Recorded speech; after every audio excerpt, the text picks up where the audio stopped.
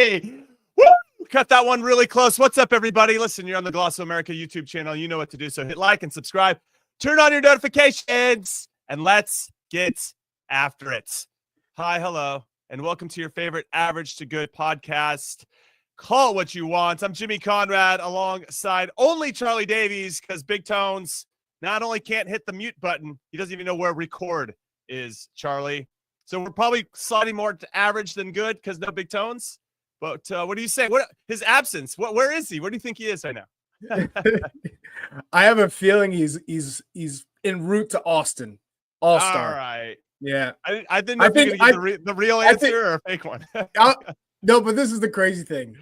He's pushing us aside for Sirius XM. I think that's what's happening right now. Oh, unacceptable. Unacceptable. Unacceptable. We're going to have to give him a hard time about that. All right, we got a great show for you guys today. Listen, can the youngest head coach in Serie A history help to kickstart Gio Reyna's career? Big moves. Gio Reyna reportedly on his way to Parma in Serie A. They finished 16th in the Italian first division last year. So really nowhere else to go but up, unless you get relegated, of course. And what is Gio's real market value? That's what we want to decide. Cavan Sullivan, talking about top American youngsters. Cavan Sullivan gets up to speed with Man City. He's going to be traveling over there for a little bit. And a potential way to expand MLS DP rules while keeping all the clubs happy with this report of Rodrigo De Paul coming on loan with an option to buy for Inter Miami. Listen, it sounds complicated. It's not. It's just Inter Miami getting to do whatever they want, Chuck. But we're going to get into that in a little bit. Let's not go that far. I know we want to start here, but we're going to tease it for the very. It's going to be our dessert for our dinner of a show tonight. We're going to first welcome in Marco Messina, because we got to talk about Gio Reyna and his move to Serie A from Borussia Dortmund. Marco, one of our top pundits in our Serie A coverage for Paramount Plus and the Golasso Network and everything else. Marco, great to see you. How are you doing? I'm doing well. Thanks, boys. Thank you. You got rid of one Italian and you got a much less average Italian with me. So I'm happy to be here, though. Yes, we have a below average guest joining us today. We absolutely love that. So, Marco, when Fabrizio Romano states that something's happening, everybody says that's what's going to happen. And we're seeing that Gio Reyna is going to be heading to Parma, who just hired a coach, Carlos Cuesta, who was Mikel Arteta's right-hand man for 5 years at Arsenal. Never had a head coaching job before. He's 29 years old, the youngest manager in the top 5 leagues in Europe. Who cares about experience, Jimmy? You know, experience is overrated in the head coaching position. Well, which is good for you and I, Chuck, once we get our UEFA coaching badges. But there you go. But this is pretty significant. Let's start with Carlos Cuesta first, Marco, because I think that's going to be important in terms of how Gio Reyna can fit into his particular project or this project. Yeah, Jimmy, you said it at the start of the show. He's the youngest coach in the modern era of Serie A, 29 years old. Youngest coach in all of Europe in the top 5 leagues. And it was a move that came out of left field. CIWYW obviously was the coach of Parma. He went to Inter, so it was a trickle-down effect.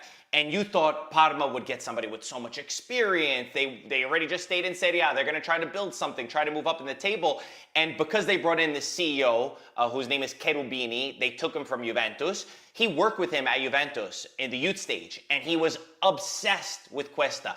He said, this is a guy that comes from abroad. He's got new ideas. He's exactly what Italian football needs. So now that he's running the show at Parma, he took this opportunity and brought in Cuesta. And from what we've seen so far in the preseason, in his training, he loves possession. He's obsessed with the ball. He wants to go vertical, and he wants to create what was already the youngest team in Serie A with Parma to continue building on that and giving a lot of freedom with his tactics.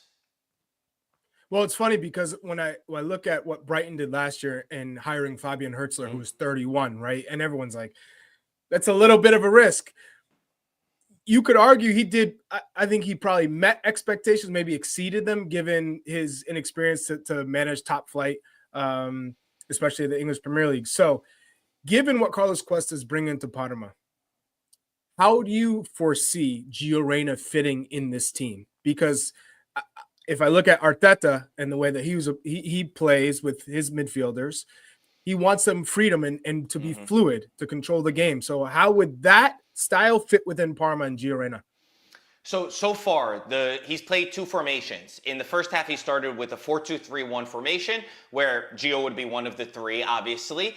And he also switched to a 3-4-2-1 with 2 10s. So I think Reyna would fit actually perfect in this formation. And I see a comment here who says Reyna needs to go to a possession-based team.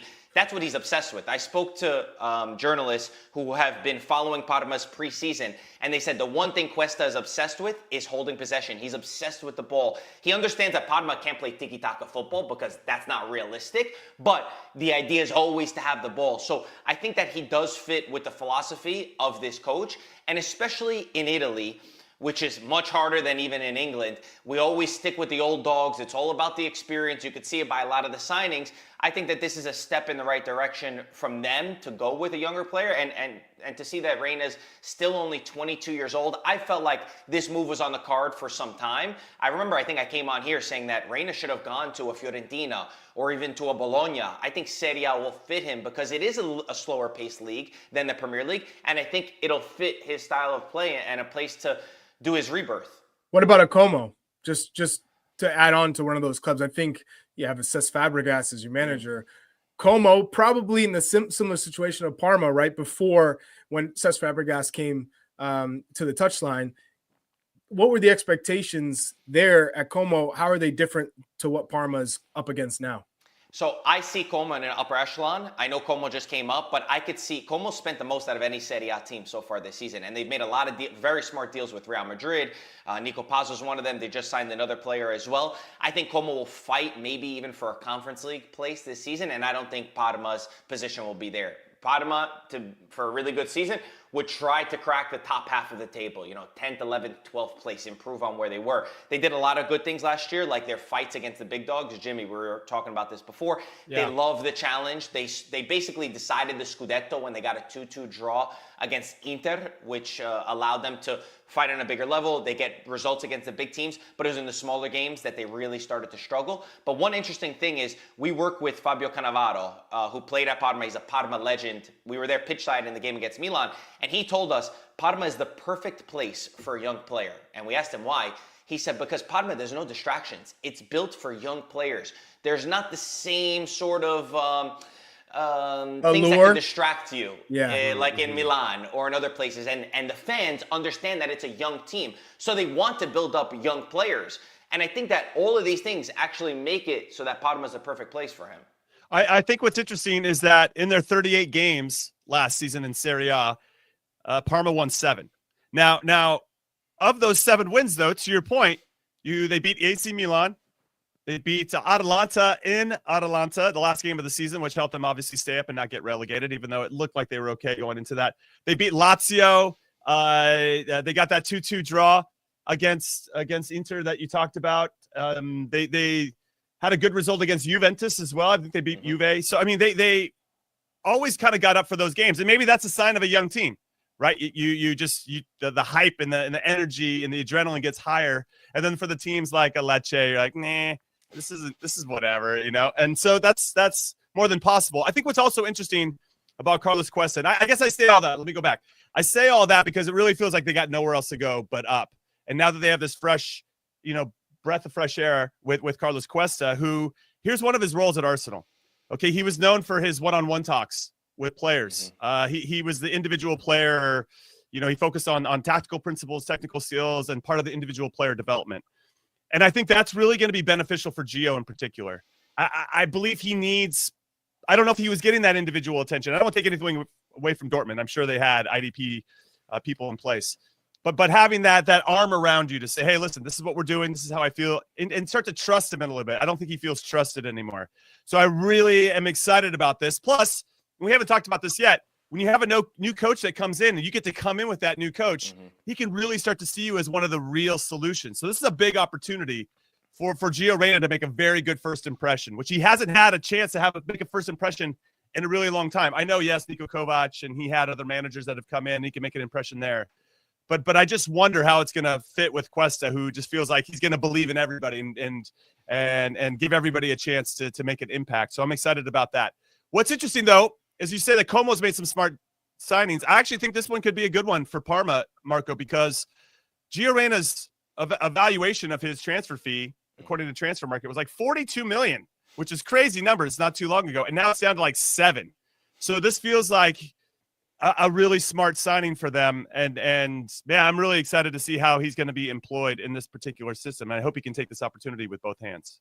And I read some of the reports too that there would be a 25 million release clause at the end. So it's not to say that going to Parma is the end goal for him. Parma is usually a place where players can bounce off. And Boni is the perfect example, who was a fantastic striker at Parma. Now he's at Inter, right? They saw what he was able to do. Napoli and Inter were both fighting for him. And I know the stats look bad on Parma, but I watched Parma play all season long. They will play amazing football. Like, you wouldn't believe that they were a relegation battling team for a lot of the moments. They just got into these crazy matchups. Their coach for most of the season before Kivu came in was Pecchia. And Pecchia had this philosophy, we have to only attack. We have to bomb forward. Just throw numbers forward. They would leave themselves so exposed. And you would think to yourself, just play a little bit more reserved. And that's exactly what Kivu did. Kivu said, okay, we're not going to get into these kinds of matches. We're Parma. It was a great idea, but you got to fight to not go down to Serie B. Let's be a little bit smart. They have American ownership. They have a very good CEO behind them who's making these decisions. So I think you have to take all of this into consideration when you think about the move for Reyna. Yo, Marco, I love some of the comments we saw. Kevin Cusack said, hey, but distractions was never really Gio's problem, though. And he just got married. I think, you're trying to take in a lot from Gio Reyna's perspective, right? You go to a Dortmund side that has a Jude Bellingham, has an Erling Haaland. He's on the pitch. He's scoring goals. He's creating goals. And so all of a sudden you feel, hey, I'm amongst greatness, right? In terms of world-class talent, young talent, he's up there. He's playing well. And then the whole debacle with the U.S. men's national team and injuries. So you find yourself in this weird limbo spot. Then he comes back for the Nations League when BJ Callahan's on the sideline, absolutely kills it in the number 10 role. Just picking apart Mexico and Canada, gets injured. So now, and you saw Balogun as well flourishing with Gio Reyna playing underneath him. Then injuries take kind of front and center stage for him. He finally gets back, and then in this latest version of the Nations League, he didn't really make an impact. And from what I understand, it was tough for him to show his quality in training. And I don't know if that's because you're worried about injuries. So now we fast forward to this move. In your mind, how important is it for Gio Reyna to hit the ground running and get the opportunity first and foremost right at the beginning versus the buildup, the slow buildup getting into this Parma side? I think you guys could probably speak to this much better, obviously, than I can. But I hope the move gets done now so that he can have that preseason, so he can have that time underneath his belt, and he's not playing catch-up like he has been in certain places where he's had to leave in January and find these moves, and then you're thrown into a situation where you're not able to build with the coach. So all of these reasons make me believe that it's perfect. Then, again, injuries, there's things that we can't account for. But at least at Parma is a place that you could build with calmness. There's not going to be this certain level of pressure or expectation. You have a coach who wants to play the type of football that you also believe in with this 10.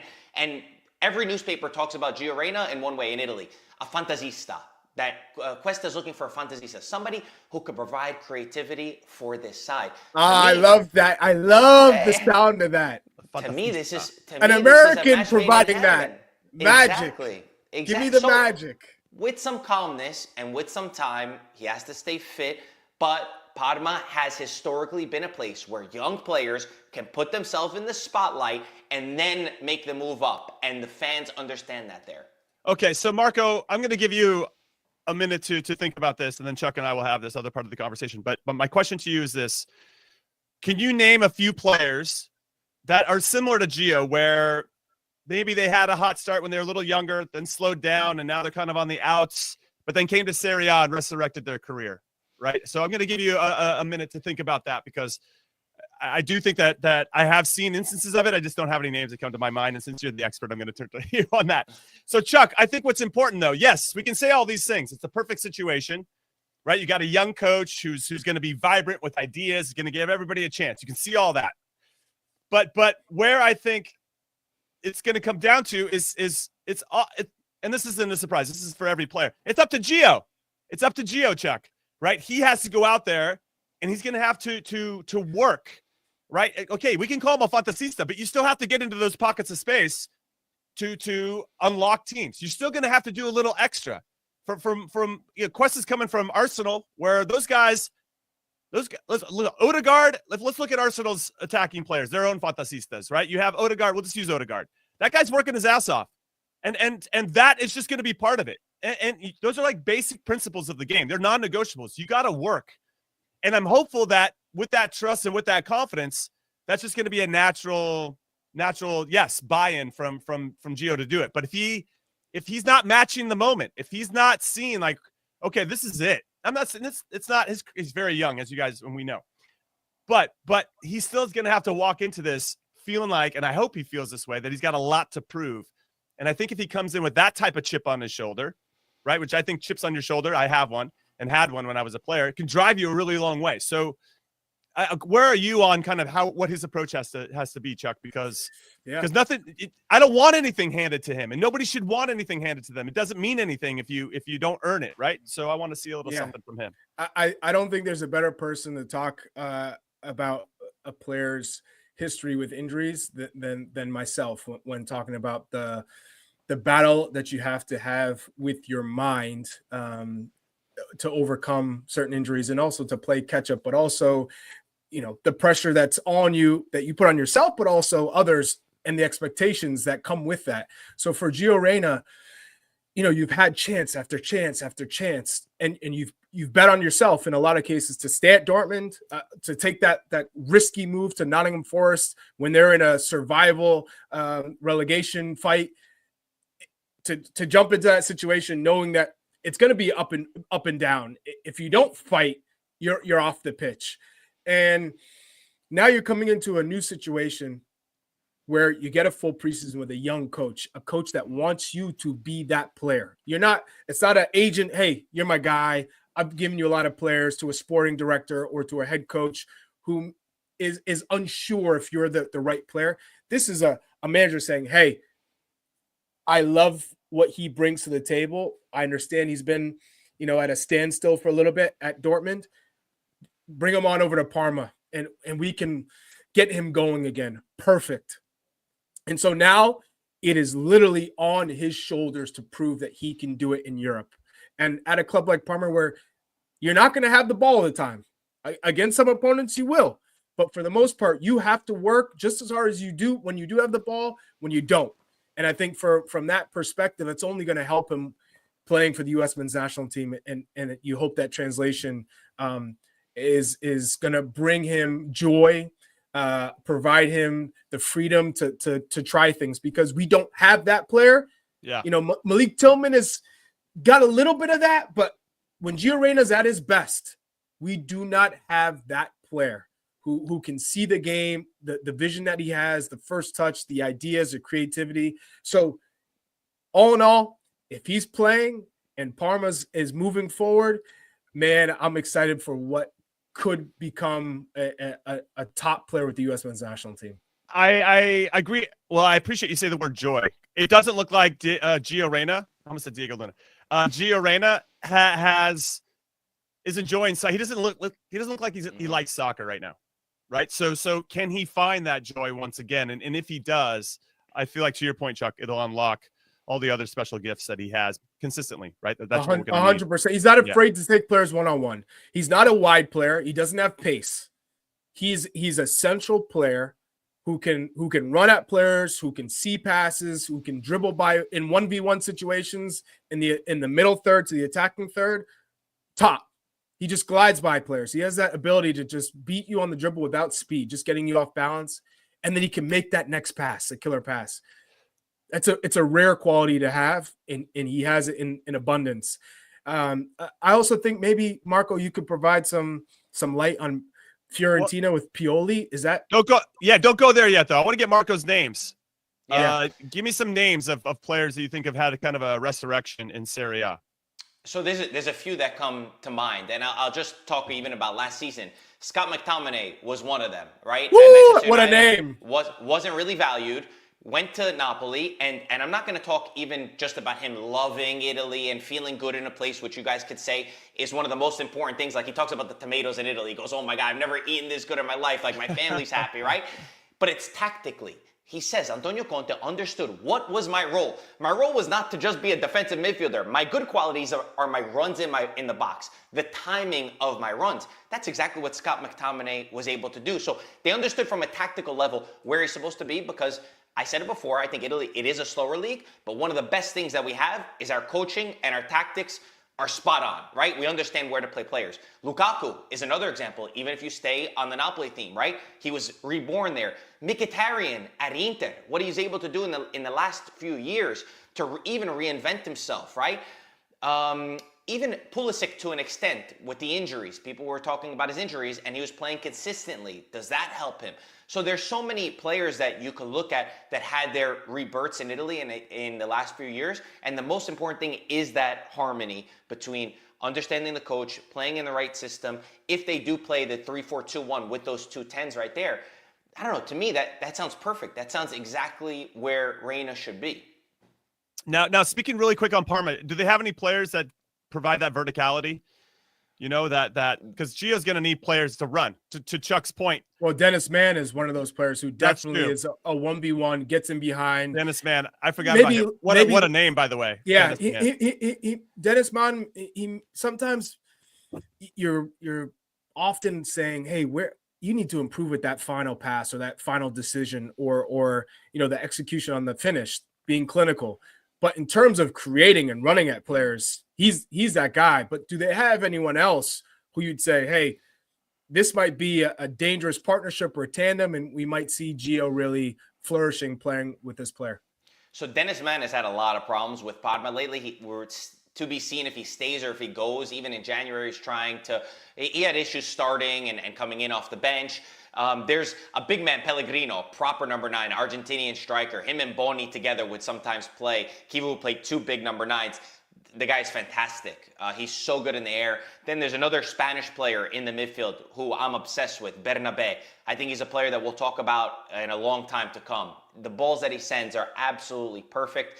He also will have a big move on the horizon. So they're going to have a lot of technical players, even Ondrejka. Like, there's a lot of different players in this side that are sneaky good and are very good with the ball and can provide different things. But Boni's not there anymore. He would have Inter, right?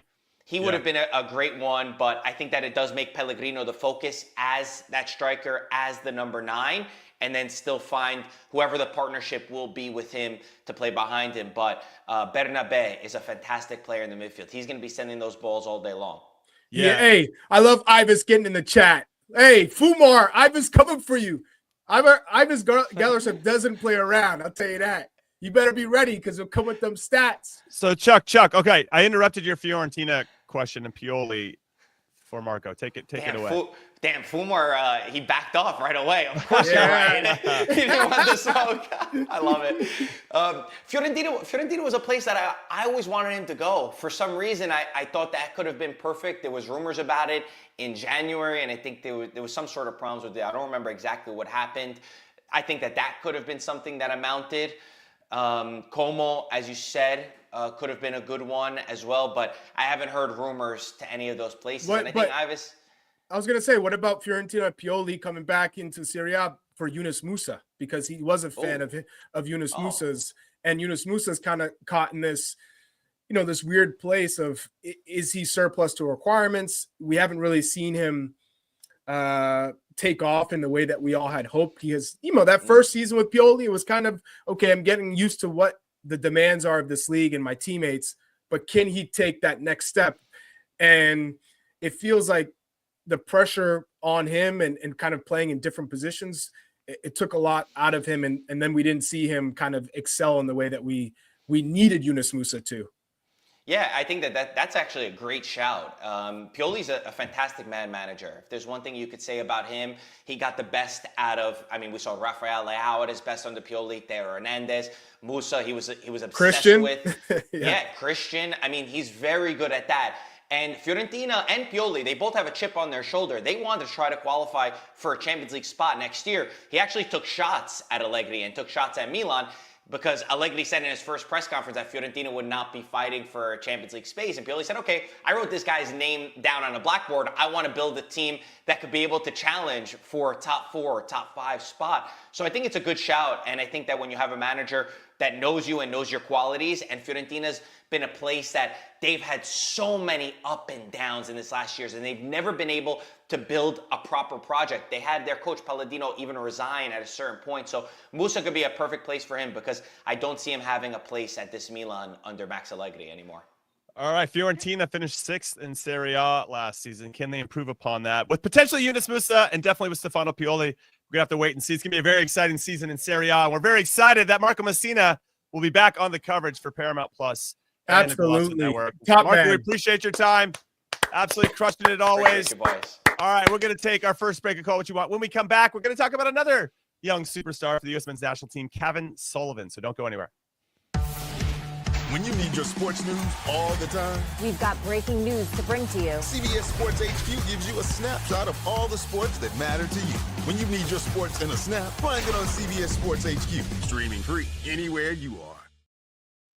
Welcome back to Call It What You Want. I'm Conrad Dino alongside Chuck Wagon and not Big Tones, who is flying to Austin for the MLS All-Star Game. Really quick aside on that, Chuck. Yeah. Leo Messi apparently named to the team, of course, but not going to go and play from what I understand. He did that last year. I mean, yeah, but you know what that means. Yeah. He's going to be suspended for a game.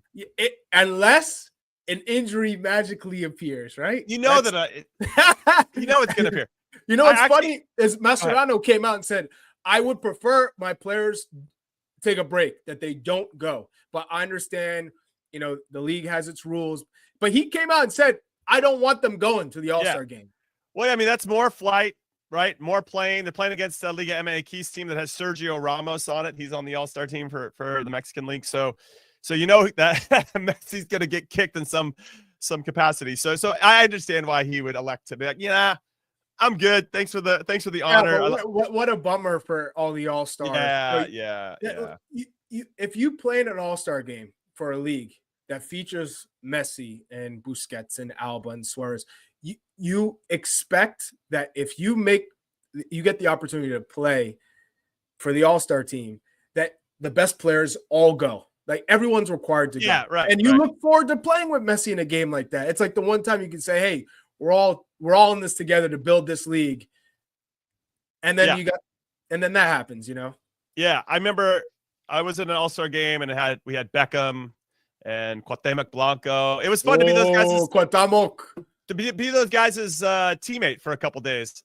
It was pretty cool. And obviously getting to see what a day in the life really looks like for David Beckham from like a teammate perspective, or just all that guy has to be on and smelling good all the time.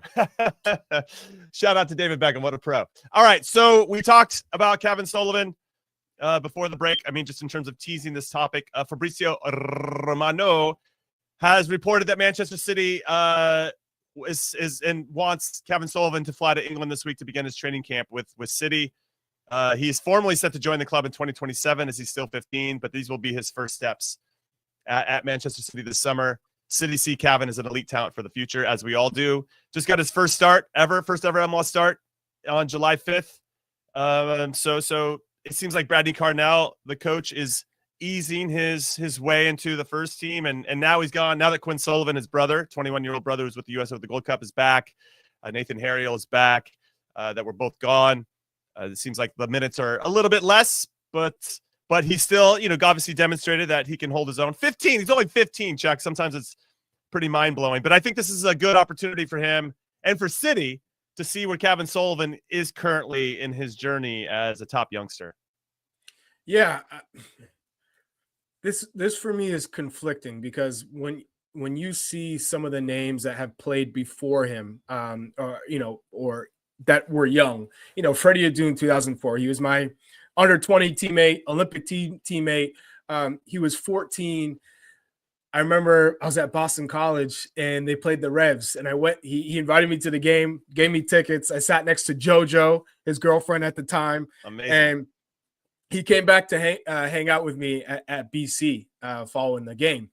And I just remember thinking to myself, 14 years old, and you're playing with the men. You think about some of the best young talents in the world.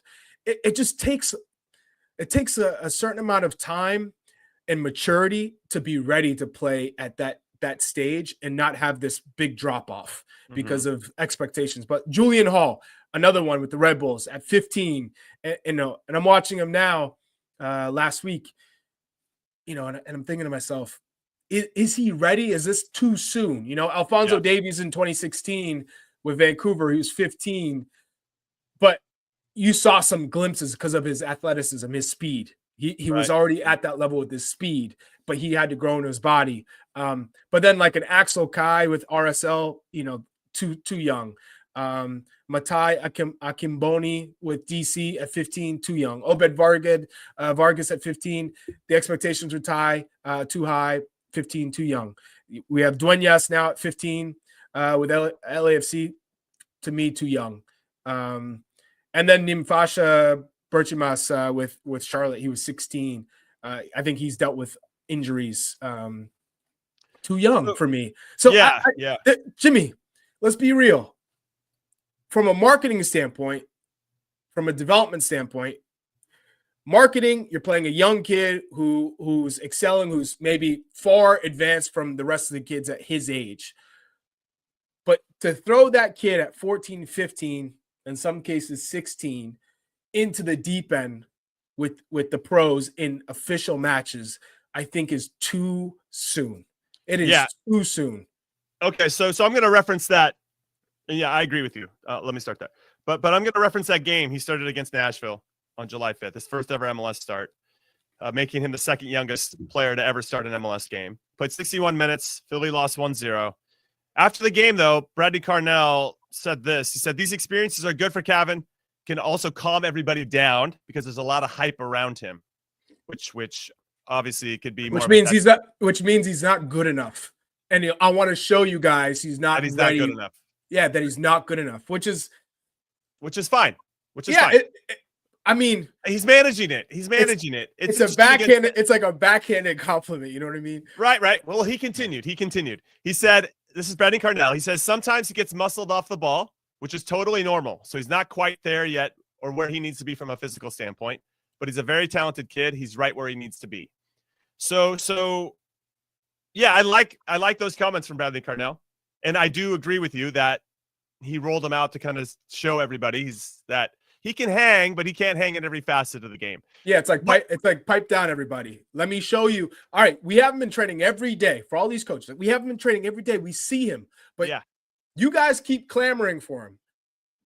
It could also be detrimental, no? For Cavan, for instance. You think I'm ready, you get your opportunity, and now you're getting muscled off the ball. The game's way too fast. Well, I'll say this. When I played against Freddy Adu when he was, can I put air quotes around 14? Listen, I didn't want to get shown up by this kid. I didn't want to, so you go in, you give a little extra to that kid as well, because you're like, I'm whatever. If you do a pullback or if you were you bitter? Were you a little bitter? I wasn't bitter. I was just like, I didn't want to get shown up. No, but there are a number of players at that time, Jimmy, who were bitter because he was getting all the press and publicity as a young 14-year-old, and he's making 10 times more than you were at the time, right? So did you have that bitter? Did you guys in the locker room have that bitterness? For sure. But okay. If I was being real, at 14 or 15, I was nowhere near being ready to be a professional. So I kind of just marveled at the guy. I was just, when I got on the field and like, okay, Freddy Adu's playing against us today. One, I knew that cameras were going to be on him like unlike any other player. And so I didn't want to get shown up. I didn't want to get posterized, Right. So if he does get by you, you're just like, I'm going to foul him. And did whatever. you? Yeah, I mean, he's little, so it was hard to get my hand on him, to be honest. My big bear claw. Were you impressed like that? Yeah. I was impressed. Yeah, okay. Yeah, I mean, his center of gravity. See, Cavan Sullivan's not impressing any of these guys right now. That's my point. If you're saying Manchester City, remember, Freddie came in at 14. Yeah, he was already making MLS pros, vets look foolish before he came into the league. Which is when he came into the league, there were times where he did make you guys, because I'm going to put you guys because you were in that boat. Yeah, he made you look silly. What And I learned he was about, with DC. And now Cavan signed with Manchester City, and we're talking about Pep Guardiola's Manchester City, but he can't go till he's 18. But if you told me, pick one player on this field, is there's one that's going to Manchester City, could you point him out? There's not a single person that would be like, oh, that's the guy. Right. No, I understand that. Freddie, you'd be like, oh, that's the guy. You know what I mean? Right. Yeah. Freddie did have some of that special sauce for sure. Right. What I'd say was it was just hard. He was good at finding pockets of space, and then he had a little bit of that burst. Like all of a sudden you step to him and he's pushing it the other way, and you just can't get close to Freddie. What I learned very quickly about Freddie is that he likes to beat you in 1v1 situations. Like he likes to show you up, a little bit of street ball kind of mentality. And so I knew if he got a little bit past me, and that gave him enough space to make the final pass or hit a cross or whatever he wanted to do, he would actually wait for me to catch up so he could beat me again. So I figured out Freddy Adu at some point, but yeah, I mean he was shifty. He was shifty, man. So to make everyone aware, this is a 14-year-old Freddy Adu playing on an MLS Cup winning DC United side. So top team, who I think for me, his problem was not that he came in too young, because he was beating everybody, in especially when you're talking about under 20 to under 23, he was making everyone look foolish. Mm-hmm. Under 17 to under 23, any youth product, you're foolish. You're done. You're not even touching Freddie. You couldn't even tie his shoes. Now, pros at 14, he was making them look foolish, but he needed to be pushed because at times, this is where he made you look silly, huh? Right here. Maybe I don't remember any time that Freddie Adu made me look silly, but hey, we gotta get Freddie on here because I could tell you he got the total 90s on. This is where Freddie was balling. He was balling. He was good, and so he should have been in. See, my problem with him is he should have been in Europe. And again, I don't know. Back then, the rules might have been different, where he could have gone to an academy, because I think he needed to be pushed. In MLS, he was coddled too much, and that's what caught up with him. But I don't listen. I'm not going to speak about his family, but potentially both on and off the field. It seemed like when I don't know who he was surrounding himself with right off the field, but again, I don't think he was being pushed in the right way or being encouraged to be pushed, because he had the talent, and ultimately, especially now that we can look at his career in hindsight, he and I have some of my own, and I've shared the story before where he just wasn't pushing himself at a national team camp because he thought he had already made the team. And I marveled at that. Like, Bruce is giving you one last chance and you're not taking this chance. And so, yeah, when talking to Freddie now, I feel like there's a lot of reflection in his voice about some of the regrets because the guy was mercurial for sure. Now I do want to say that I don't mind Cavan going over to Man City right now. I actually think if I'm Man City, you can get reports, you can watch the video footage, you can get all that stuff, but you want to. There's still value in the eye test, right? You can read heart rate monitors, you can see all the analytics and XG and whatever crap, right? But there's still listen. There's a time and place for that. I'm not trying to completely dismiss all that, but there's still a value of the eye test. And you're like, okay, let's bring in Cavan with his peers, right? Let's see him. Okay, we can put him with the pros if we want, and they probably will for photo ops or whatever it may be. And getting him around Pep, I think, is obviously going to be a net positive for him. But let's just see where he is as compared to other players we're tracking at his age. And to your point, will he be able to stand out? Can you be able to pick him out and be like, whoa, that's that American kid? And I'm hopeful that he can demonstrate that. He's obviously got some quality. He see, for me, when I watch Cavan play against kids his age or even kids 2-3 years older than him, you can see the charisma he has on and off the ball. You can see his impact, his dribbling ability, his vision. He can toy with kids. You can't toy with men. And so it happens for all youngsters.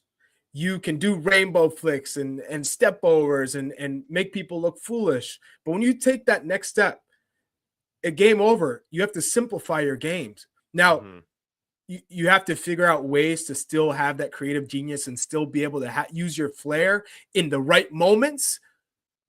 But if you figure out real quick when you don't necessarily use or when you use your tricks and that you have in wrong parts of the field, and the turnovers happen, and now your teammates get after, or you concede a goal from that turnover, that's when you start to lose confidence. That's when people start having the negative reactions towards you on and off the field, and it grows. So I think for Cavan Sullivan, he's coming into a Manchester City side that is trying to, regain that greatness that they had, that they lost last season. And it was like one of those changeover seasons. So it's going to be super, I think, intense. He's got to play really quick. So for him, he's got to figure out, how do I play much quicker and play 3-4 steps ahead when I don't have the strength and athleticism that some of the guys that I'm playing against have. So it'll be interesting, but I think it's a good learning experience for him. Now, to go back to Freddie was, think about all the players that we've seen from back in 2004 on. There's never been a player as gifted as Freddy Adu at that age. Not one single player. Yeah. He was, in terms of global players, he was at the top 3 youth products in world football. And it's not an exaggeration. He was that good. I can't tell you how many times I've seen him flick over or break somebody's ankles. We're talking about the top defenders in Major League Soccer, top class. Right. But again, putting yourself in the right situation, having the right role models, having the right coaches, and, he just didn't have that. Yeah.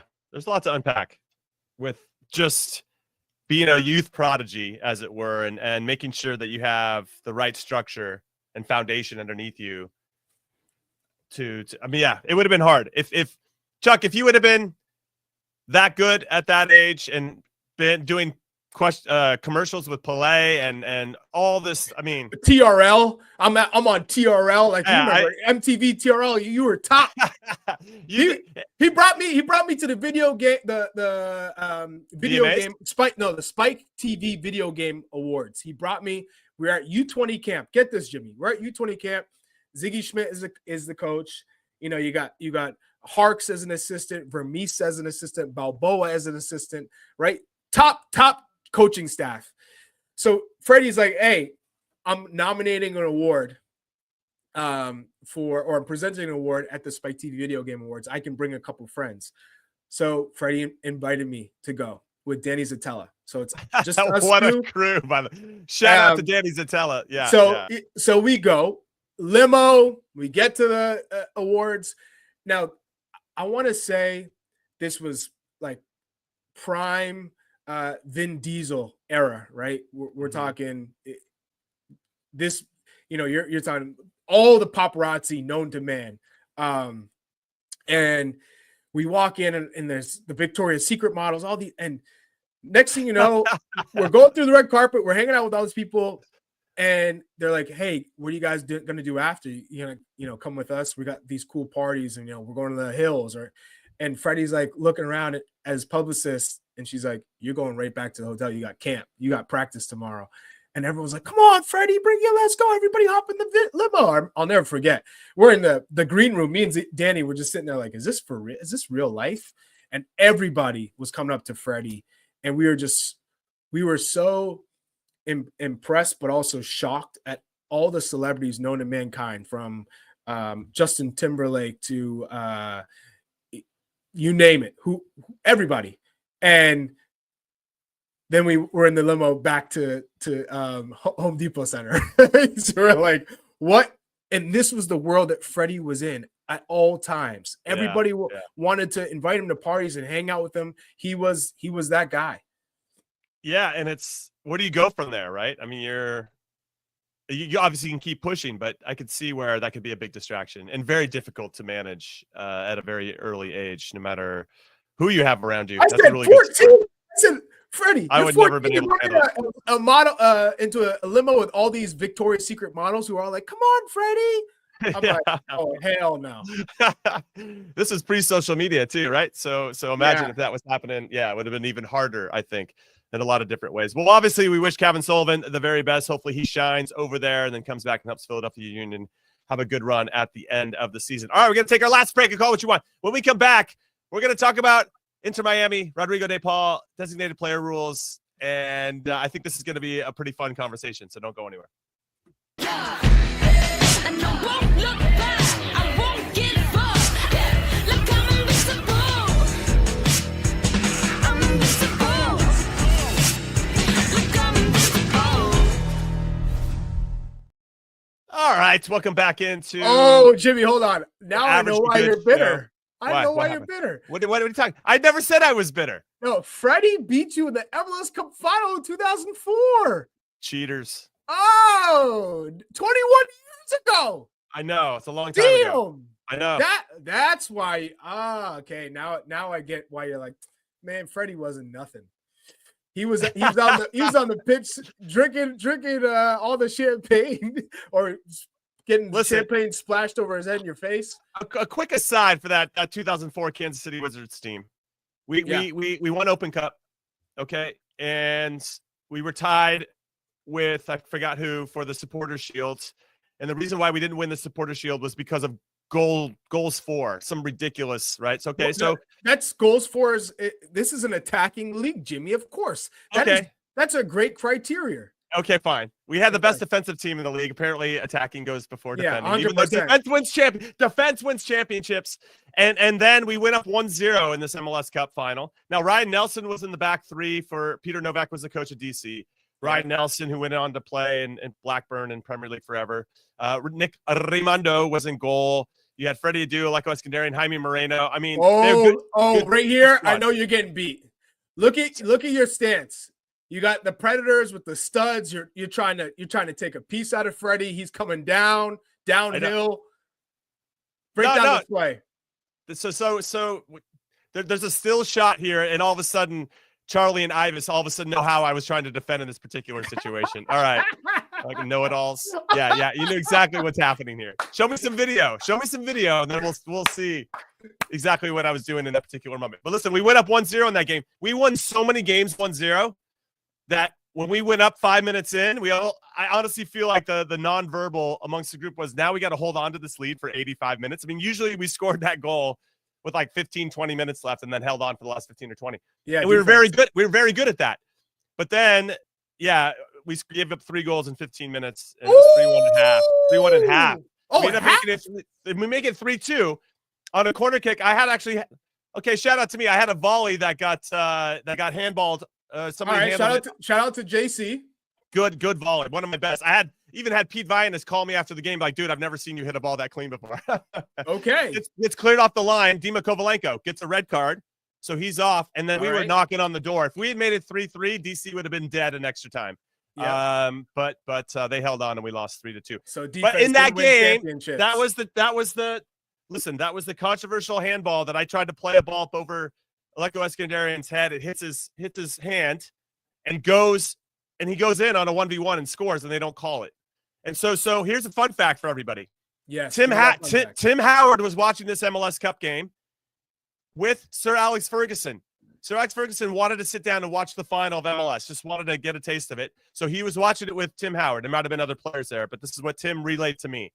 When that play happens, Sir Alex was so pissed that they didn't call. He's like, I would have grabbed my team and walked off the field. That's how obvious that red card was. Oh, wow. That gave me a ton of validation because at that moment I was like, did that actually happen? And obviously there's no VAR and didn't call it. Jimmy, you know what that sounds like? Sour grapes, because ask England in that 1986 World Cup with Diego Armando Maradona and the hand of God. So take that excuse and throw it out the trash. What are you talking about? Those guys are still bitter and bitch about it too. Why am I not allowed to do it?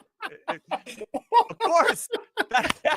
Jimmy, bitter beer Conrad. Oh my God. Come on. Whatever. Anyway, that's my story. Yes, Freddy Adu, quote unquote, beat me in the final, but I think he came on as a sub. He didn't even start that game. So we're gonna get Freddie on this now. Ivis, get Freddie on. We need Freddie on this. We should. Anyway, yes. Am I bitter about that? Yes, but I'm not bitter about Freddy Adu. He had no impact on the game whatsoever. Okay. So I don't know if you saw this tweet from Tommy Scoops, Tommy Bogert, friend of the show. He gave us an update on Rodrigo De Paul, who is looking to make a move to Inter Miami. And apparently it is the current plan being communicated as that De Paul will not be a designated player for the rest of 2025 while he's on loan. That would mean that Inter Miami's DPs remain Lionel Messi, Sergio Busquets, and Jordi Alba. And they're going to have TAM, which can buy down players' salaries. It's going to include, I guess, the TAM's going to include, this is targeted allocated money, by the way, for everybody that's not into acronyms, for the TAM and green eggs and ham and GAM or whatever. That includes Luis Suarez and now DePaul. DePaul, I think, makes like $7 million a year. I don't know how Inter Miami's doing it, Chuck, but they're shell gaming these the salary cap rules. Well, can I give you this fun fact? Yeah. Before Inter Miami existed, okay, do we not remember LAFC with Chiellini and Bale and Vela and Chicho Arango and I think Buwanga came in, so he was a DP.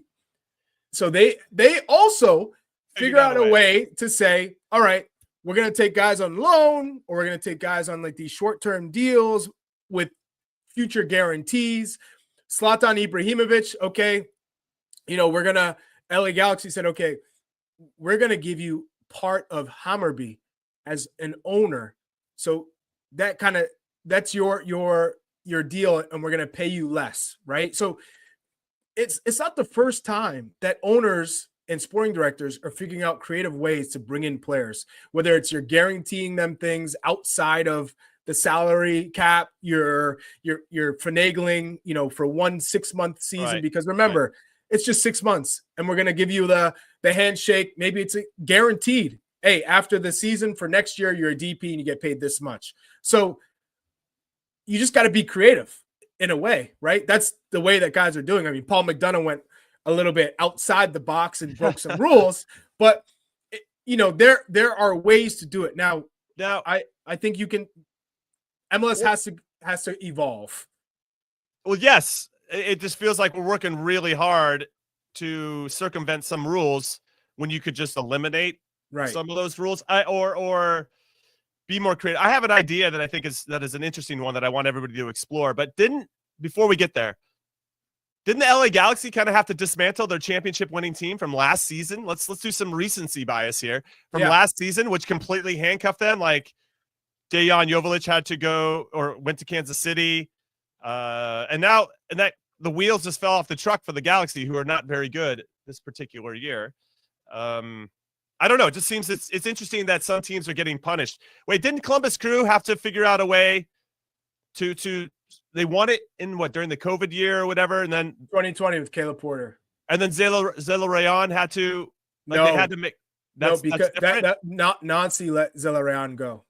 They sold him, right, and then they brought in Diego Rossi. But didn't they have to get rid of Zela Rayon because Rossi got brought in? No, maybe. I don't know. Either way, they're able to win MLS Cup. That's right? true. That's true. So, I mean, think about that. You replace your DP and you still win MLS Cup. So, okay. Yeah. So listen, so hear me out. Let's say you're a small market team. Yeah. And you have 3 DP slots, which is what you're allowed to have. And for everybody that doesn't know, designated players, you can pay them whatever you want, and they're only going to hit your salary cap at a certain number. Okay, so that was like the David Beckham rule from way back, and now each team has got 3. There's other, U22, so we won't get into that. We're just talking about the 3 main DPs. If you're a smaller market team and you're only utilizing 2 of those teams or 2 of those slots, Chuck. New England Revolution, watching. New England Revolution, perfect example. Okay, so New England Revolution, let's use them. What do you think about Inter Miami buying that slot from the Revs? And now the Revs can go use that money. It could be what? I don't know. It could be 5 million, 10 million, 15, 20. It could be whatever. You know what I'd say to you, Jimmy? If I'm a Revs fan, screw you. What are you talking about? But you can use but think about the small market teams. They'd say, hey, you're taking away the demands and the expectations on the ownership to get those players to our squad. Now you're saying, hey, no, we're only a club that wants to use 1 or 2. Then you shouldn't be in the league. Well, okay, but sometimes spend money to compete. This is a league that's everyone's supposed to have a chance. Okay, Boston and New England Revolution might not be a good example then. But what if you're like Salt Lake? It's not as easy to attract top names to Salt Lake. All due respect to Salt Lake, or in the middle of the country, Utah Jazz would slap you right now. Okay, well, money talks, right? So yes. okay, you can put money there and they got to spend it and all that. But what I'm saying is, let me just see it. Let me just extrapolate this idea then. Let's keep this going. Let's say a small market team just doesn't want to spend, but then all of a sudden they have this opportunity to sell their spot. Let's say for $15 million, they can sell an extra DP spot for $15 million.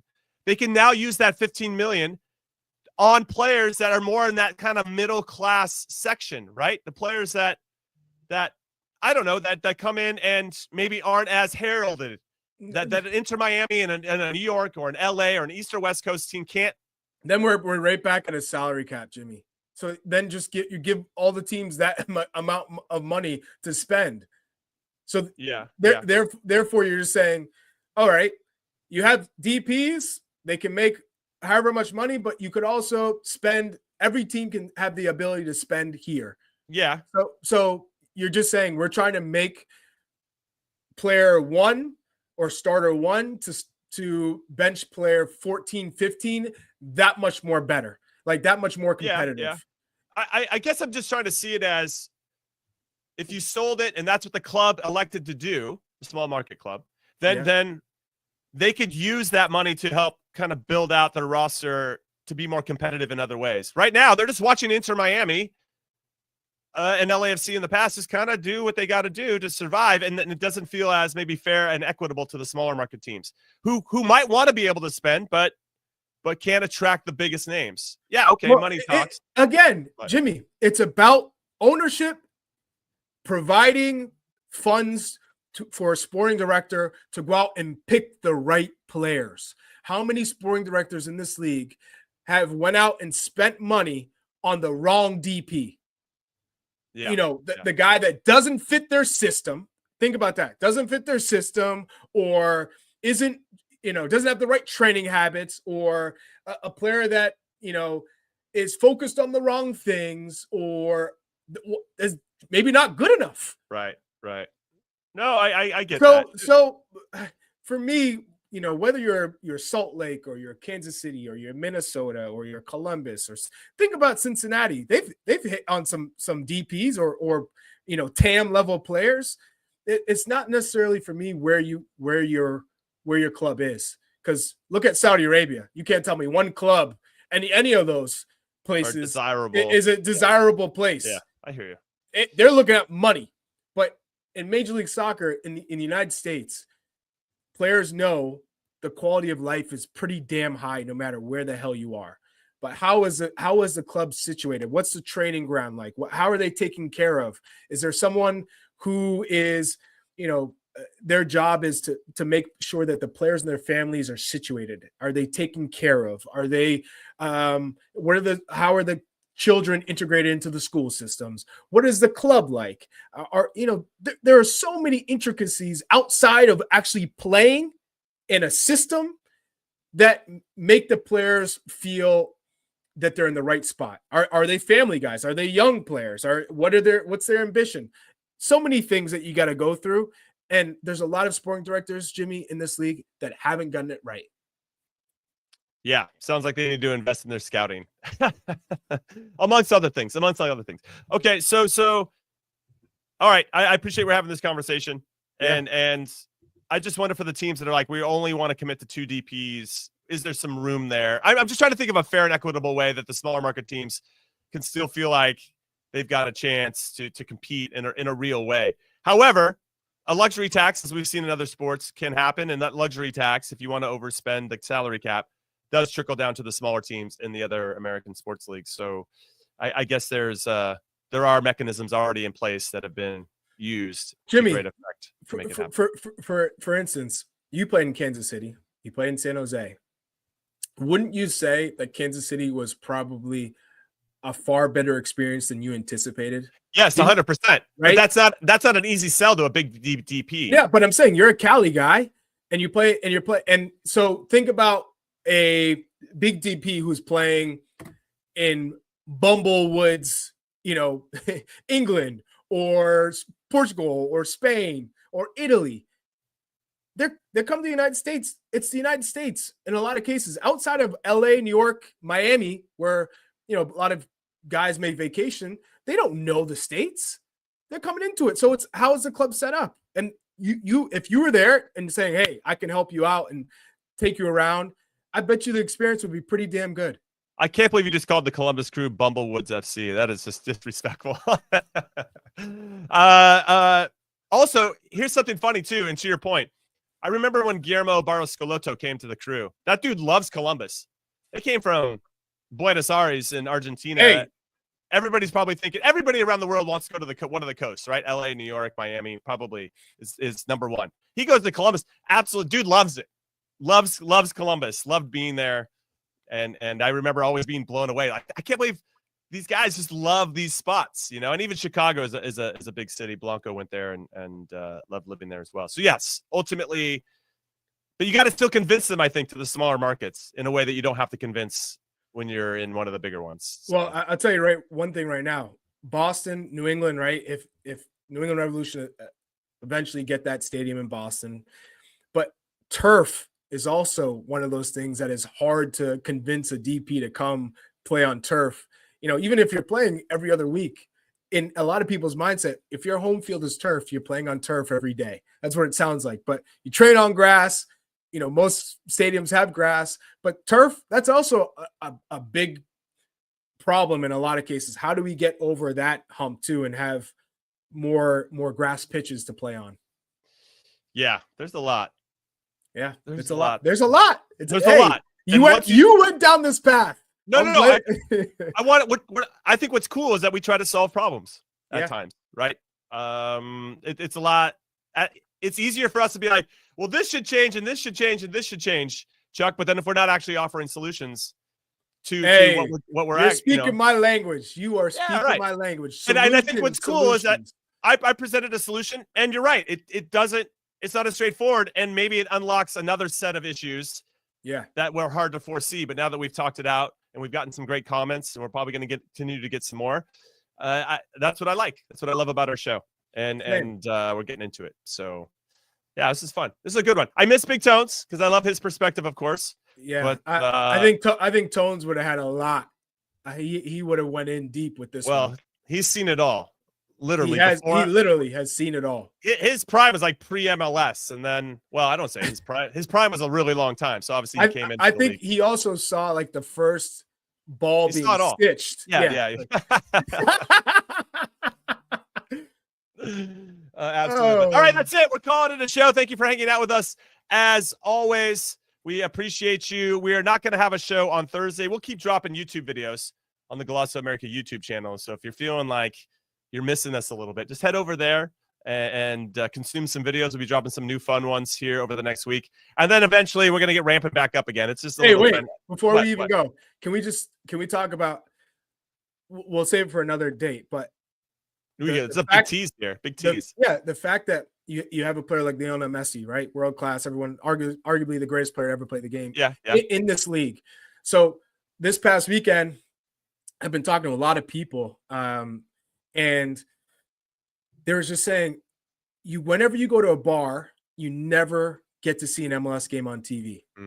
You never see it. It's like it's a hidden league because it's behind the Apple paywall, right? Apple TV paywall, and then you got to get that subscription. So if you went to a bar to say, hey, casual fan here, I'm never going to get the Apple TV MLS package, but casual fan here, I heard Lionel Messi, all my kids all have Messi jerseys, but they never get to see him play because you never get to watch it. I go to a bar, I want to watch Inter Miami. We don't carry that. Every kid in this country, you go to schools, they all have Messi or Mbappe jerseys because that 2022 World Cup, we never see it. What's the solution here? The solution is for another time, but I'm just saying. Yeah, well, you got to get on DirecTV, and apparently that's happened, so that should be more available in bars, but there's been like 2 years where they weren't, so I don't know if everybody's looking for it. That's one solution. Second, from what I'm hearing from you, Chuck, you're encouraging parents to take their kids to bars to watch MLS games, and I've got plenty of time for it. I absolutely love that. Bring your kids to the bar. Come on, kids, let's go. Let's go. Let's get a couple drinks and watch bar, hey, we got wings, fries. Watch the game. Hey, think about the World Cup, right?